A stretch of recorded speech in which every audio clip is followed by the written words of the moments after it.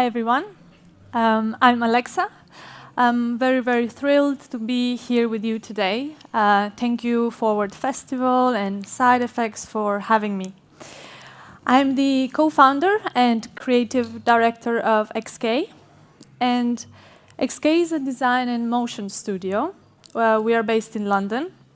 And we work with abstracting and visualizing stories that span across nature, tech, beauty, and culture.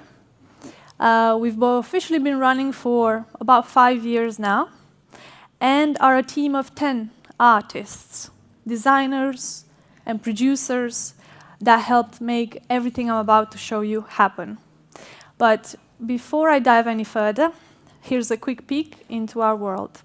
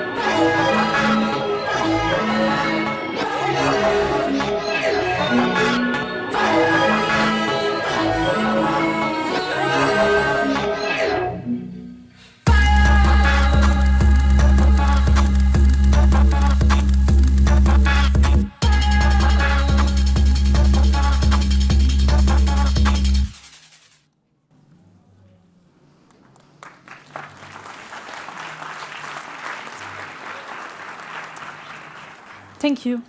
So we work as 3D designers and artists with a strong focus on experimentation and abstraction.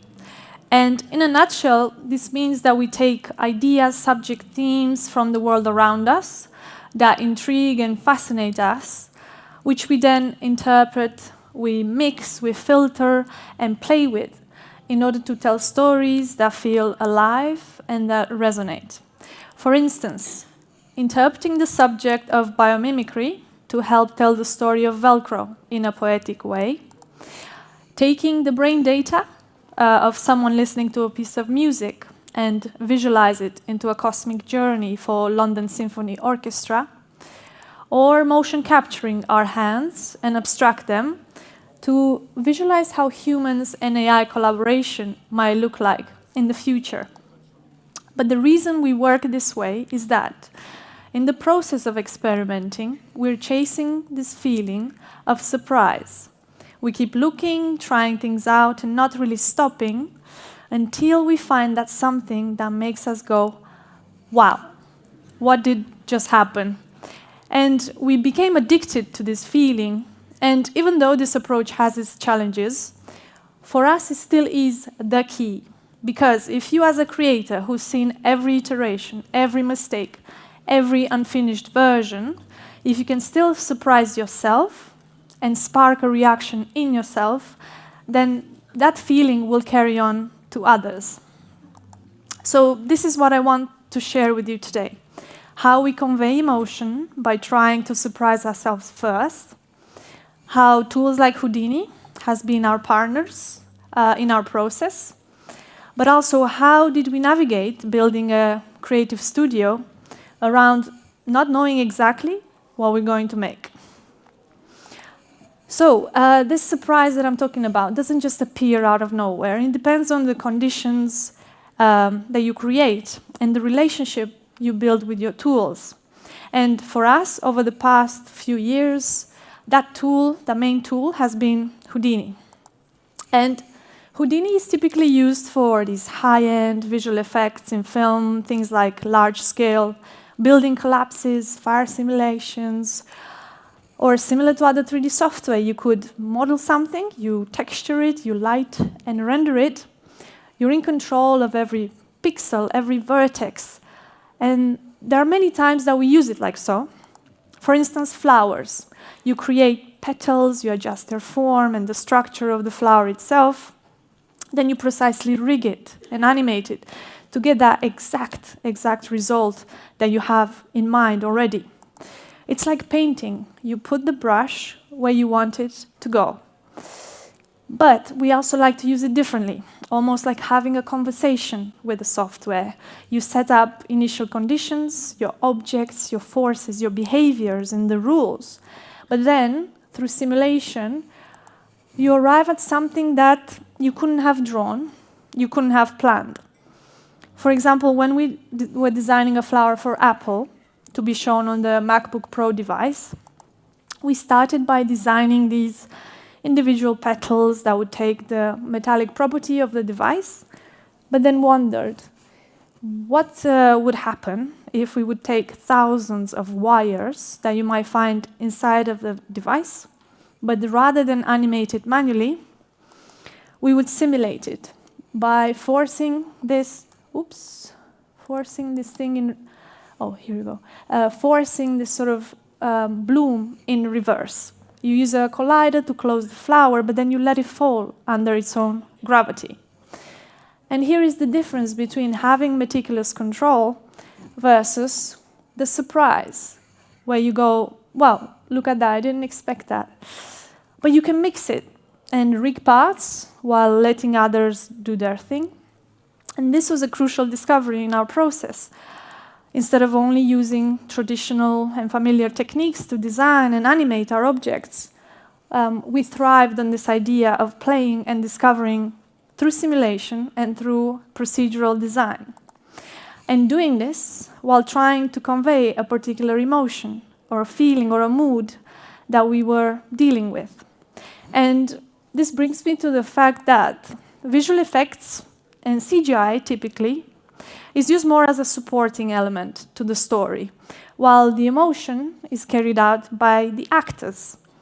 But most of our work doesn't have any actual humans or characters. In our work, the emotion comes from how we craft every visual and audio element, the way the color, the form, the movement, texture, sound, they all work in unison in order to achieve that final intended emotional effect.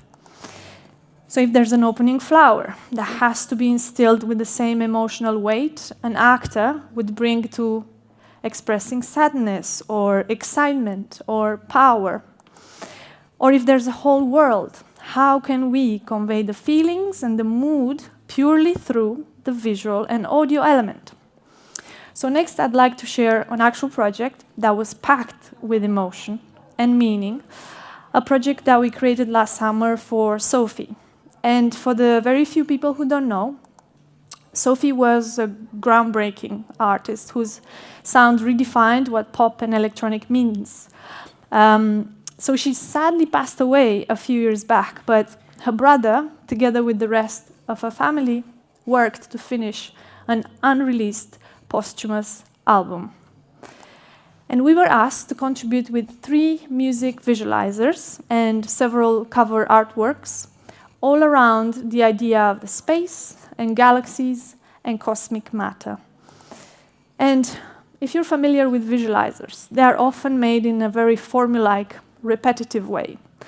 But we wanted to not sacrifice that emotional impact that a piece could have and decided to treat them almost like music videos instead, trying to induce that euphoric and transcending feeling of her sound and the emotion, staying true to Sophie's universe that was quite established by that point, and that we also cared for very much. It's almost like witnessing one of her live shows, but you're in space. And we have to give credit to Renata, the art director that brought us on this project. She came up with these incredible mood boards and initial star frames, and we were already so mesmerized by how aligned these were with what we love to make in our work. And for the first track, Reason Why, we wanted to translate Sophie's synthetic yet deeply emotional sound into this hypnotic and serene cosmos by only starting with a handful of key sort of representative moments.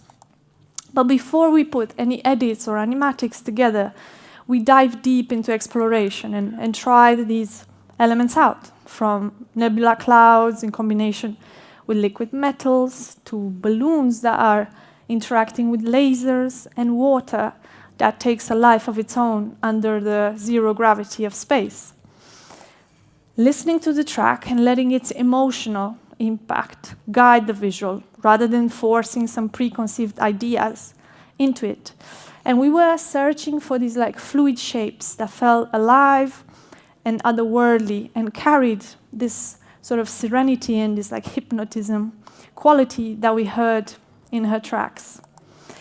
And once we found our key setups and scenes that felt like they expressed that emotion of the tracks, what followed was a lot of hours in polishing and aligning everything in terms of color, art direction, light, just to make everything cohesive and assembling the final piece. And I'll only now play a cut down of it.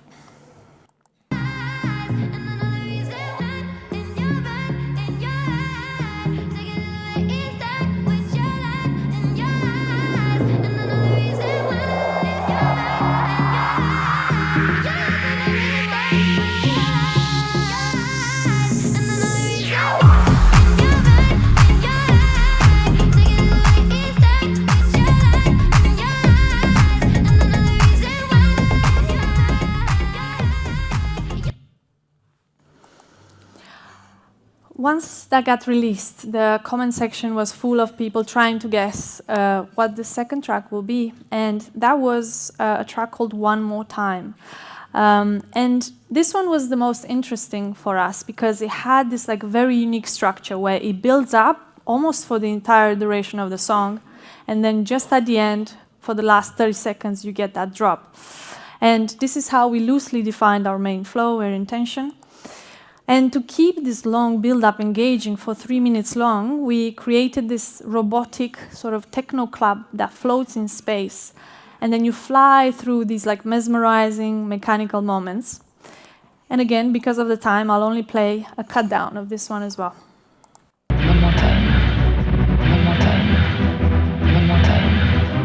One more time. One more time. One more time. One more time. One more time. One more time.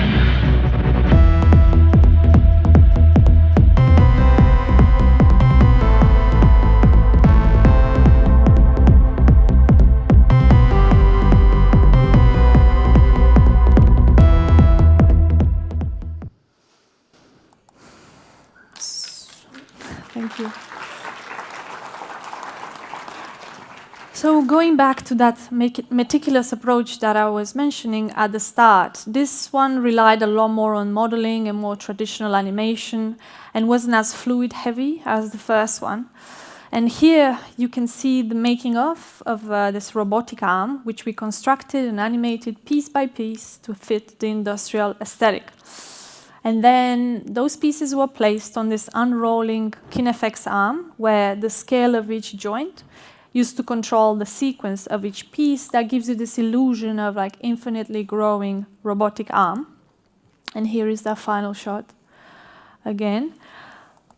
And yeah, speeding through these because of time, the third song was based on a very abstract depiction of the history of universe, the birth of matter and planets, viewed through Sophie's obsession with very sleek perfume adverts.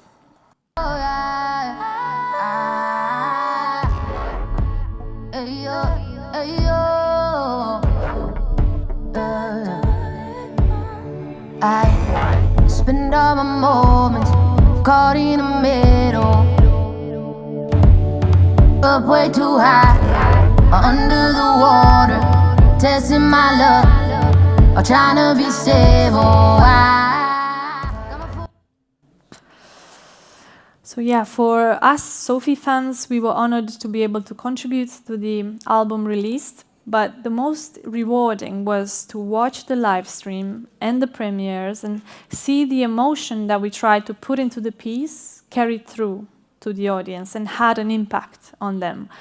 Seeing all the comments of fans' reactions for who Sophie meant so much and seeing them enjoy these little extra pieces of her universe that we made. So at the end, the way we arrived at synthesizing that emotion of her sound was through trying to surprise ourselves first, within the bounds of Sophie's visual universe.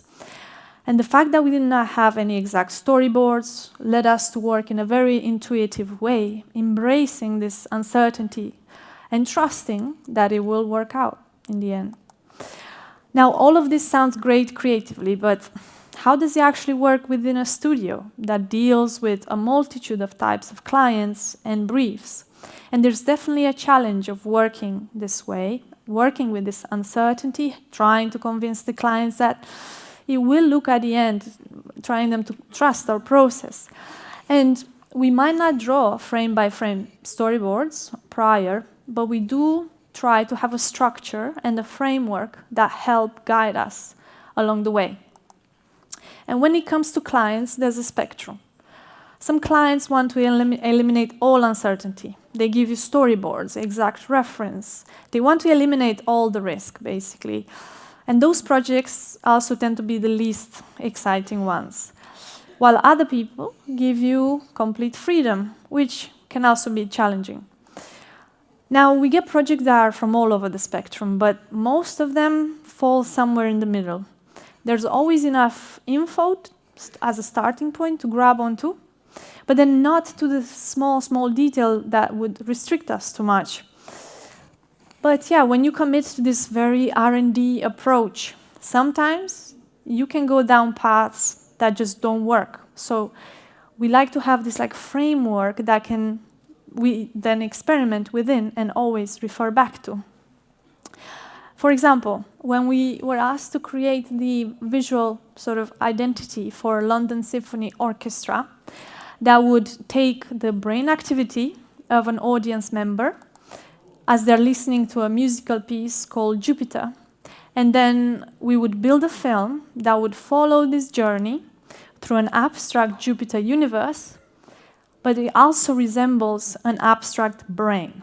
So we couldn't have blindly gone into R&D, but we would first go and set our version of a director's treatment. And it looks something like this. Set up the top-line creative, you set out your sort of main pillars, art direction, color palette, movement, creative components. So this almost acts like our reference point that we then experiment from. And if we ever get lost along the way, we always refer back to this document. So then we go off and we experiment around those worlds, how this planetary terrain would look like up close, using the data to trigger some of that motion, making the association between rivers and neural networks. And then we play until we find these surprising elements within this structure that we set out. While most of it was successful, all of those experiments, we tried to make sense of it, put it in a timeline, and had a quite solid skeleton of the narrative of this film. But the trickiest part was to find this visual representation that would look like a brain, but it would also look like Jupiter. And they need to come together as one. And even though we had that strong structure, sometimes when you have to come up with something that you just haven't done before, you haven't seen it done before, you really need a client to trust that process. So part of our process was exploring all of these different ways, how we could create a Jupiter brain. Ribbons, vapors, surface. We tried smooth, we tried rough versions, but we couldn't really fully crack it after quite some time. And deadline was approaching rapidly. Both us and the client were growing quite anxious. Then we thought, what if we tried designing these bespoke structures that follow the anatomy of a real brain, and then we wrap it in vapor and particles and rivers.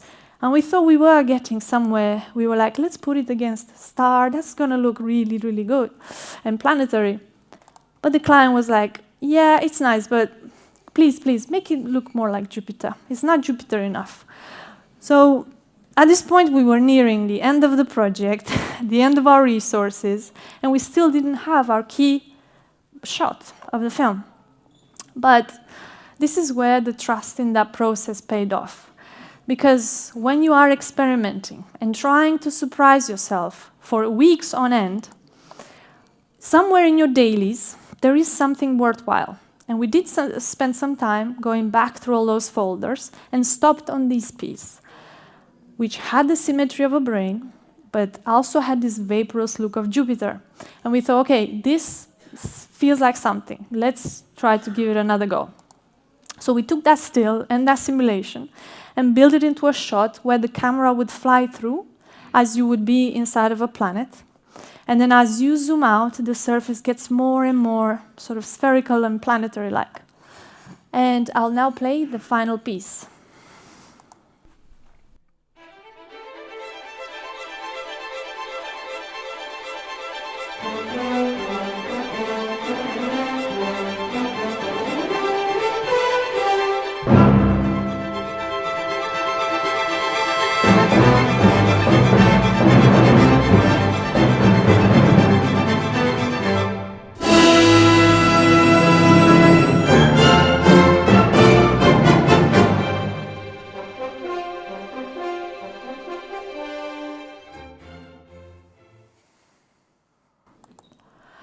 So yeah, that end shot ended up being one of our favorite scenes in the whole film, but it was literally done days before the deadline. And yeah, even though it pays off in the end, this explorative process can take quite a lot of time and cost a lot of stress. And in hindsight, it could have been solved a bit faster, perhaps, by the next topic that I'd like to talk to you about today. And that is the challenge of AI and its power to create things that can take us days and weeks in seconds. But we think that AI has made our approach more relevant, not less, because just like going through dailies, searching for something that was promising on that project, it all lies in this judgment, that human sense of the taste, the care, and the desire to do something that sparks an emotion. And AI can generate endless variations, but it can't really tell you which one is the one. And that care, that taste and emotion can flow through technology itself. Even with all of the machines that we use and the rendering behind it, our work can still feel deeply personal, carrying our own unique human touch. And I would like now to share a project that was built with this idea at its core. And this was the opening titles that we created for the Mexico City edition of this year's OFF Festival.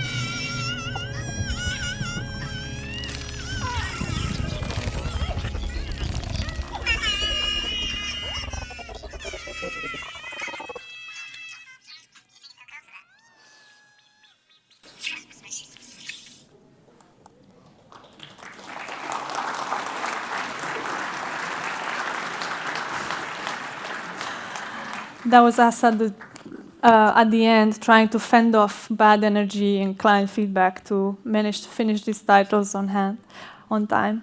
But yeah, to give you some insight into the project, we've built these titles with our own hands, quite literally. we recorded our hands through motion capture, then crafted each unique gesture, polygon by polygon and pixel by pixel, to celebrate every speaker with their own distinctive hand movement. And the reason we picked the hand as our object to abstract is because it can be seen as one of humanity's first and most enduring creative tool. And this goes back to the very beginning of human expression. The oldest artworks that we know of, over 40,000 years old, are these prints of human hands inside caves in Argentina and Indonesia. And they give us a glimpse into this profound need of humans to use their hands, not just to create, and not just to survive, but to create, to leave their mark into the world. The same way that we still do today, tens of thousands of years later. It's just that we're no longer posting to the wall of a cave, but instead we post on our Instagram grids. But we are still using essentially the same hands with 5 fingers as our ancestors. It's just that the technology is a bit different. And now I want to give you a glimpse into the behind-the-scenes process on the project. Put your hands up in the air, put your hands up in the air. Put your hands up in the air, put your hands up in the air. Put your hands up in the air, put your hands up in the air. Put your hands up in the air, put your hands up in the air. Put your hands up in the air, put your hands up in the air. Put your hands up in the air, put your hands up in the air. Put your hands up in the air, put your hands up in the air. Put your hands up in the air, put your hands up in the air. Take me back.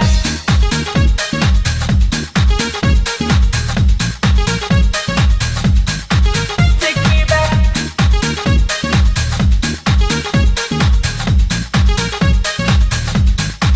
Take me back. Take me back.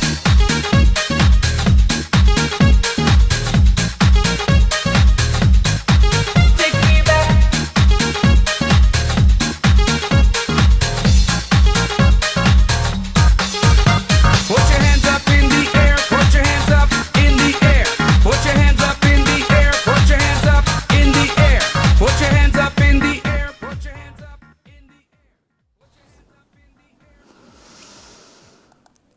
So yeah, from the hand, which was our oldest creative tool, back to the newest one that we have access to, AI, we look at it the same way.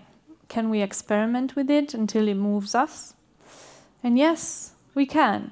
However, since its start, and for the time being, we like to use it a bit more of a sketchbook. For example, we created these style frames in 3D very, very early on the project, even before we got the idea of using hands. Having these ribbons that almost look like small creatures flying. And we created a few of them at that point. And when we came up with the idea of using hands, we thought, instead of trying to go into 3D and try to build them there, let's try to prototype it with AI first, just to see, is it gonna work out? So we took all these early style frames and used them as a training material to build an AI style. And that trained style was then applied to these real hand images. And what came out was these design prototypes and concepts, which were quite interesting. And I think this method, as a designer, as an art director, can be quite exciting to play with, because it lets you prototype ideas very, very quickly.